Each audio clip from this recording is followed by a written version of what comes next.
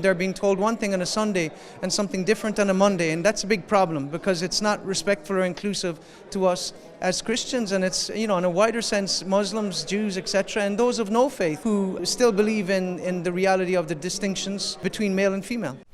We're here for a parents' information evening regarding the curriculum that's being introduced in September by the government, and I suppose the wider picture of the curriculum they're bringing in for the Leaving Cert, and after that I assume it'll be the primary. It constitutes the sexualisation and politicisation of education, and with all of the talk of inclusion and diversity, etc., I don't think it's very inclusive, particularly to those who hold to a Christian view of marriage and sexuality. Can you explain a bit of your work with Christian Voice Ireland? What is it that you do? Really, we're just, I suppose, an umbrella group for Christian pastors, those from an evangelical circle, to speak up regarding some of the issues we see regarding this kind of relentless pushing of progressive policies that in essence are anti-Christian. And in your experience, is there a big level of concern amongst parents about the SPHE?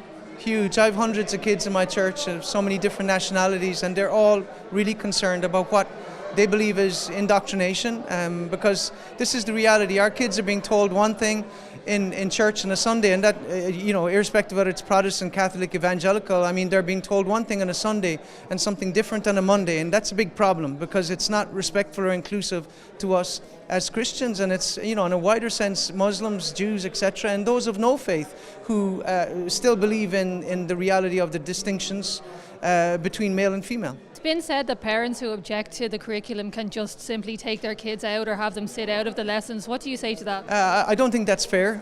I think it's a very disingenuous argument because firstly, most parents I know are both working, and a lot of them don't have time to be going in and out of school, and secondly, no kid wants to be the one child that's taken out of class, and suddenly they're labelled as homophobic or bigoted, etc., and I think it's just unfair.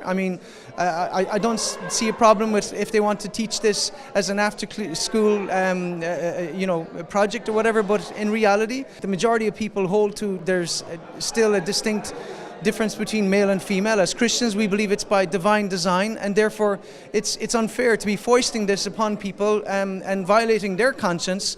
In the name of satisfying a small minority, you're actually offending a very large group of people, because, like I said, it's offending certainly those who would hold to the monotheistic religions, Christianity, Islam, and Judaism, and like I said, aside from those who are people of faith, there are those who are just simply upset and deeply uncomfortable with their children being told, their boys being told you might be a girl, their girls they might told they're being a boy, being told they can cross-dress, etc.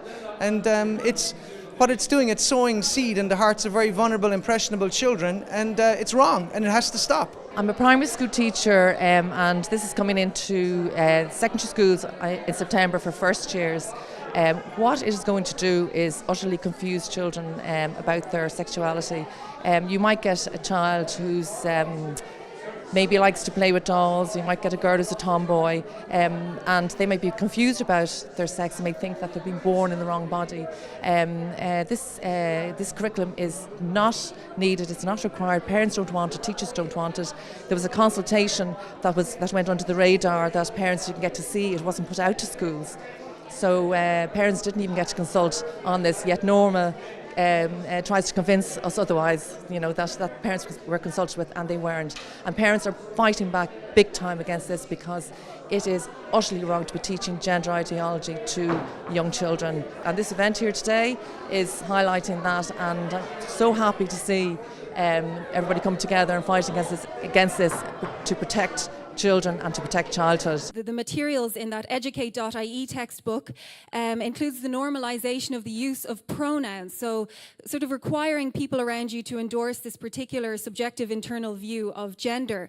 And you can see on the screen there, that's an image from the textbook. That's a celebrity called Sam Smith, and I would invite you to research him. But I'm just going to read to you from paragraph 3 of that particular extract, and it explains that addressing people by their preferred pronouns can support their sense of identity and create a more respectful and inclusive environment. Some individuals may feel uncomfortable if their pronouns are not respected, similar to how one might feel if their name is not used correctly. Understanding the importance of pronouns can promote greater empathy and foster positive interactions among people of different gender identities. So really promoting the use of this worldview through kind of modifying the speech of the people around. So if we can move on to the next slide, this is also an extract from that textbook, educate.ie, and you can see that there is an activity there, activity 22.3, and it tells the student to research a famous transgender person, e.g. Elliot Page, or a famous non-binary person, to find information about their life experiences, who supported them and their gender identity, any difficulties they faced as a result of their gender identity. And it instructs the student to create a presentation based on your research and present it to the class. As part of the presentation, give advice for how people can show support to someone who is treated unfairly for the way they express themselves. So basically encouraging the student to become a teacher of this particular philosophy and to stand before their classmates and express that verbally.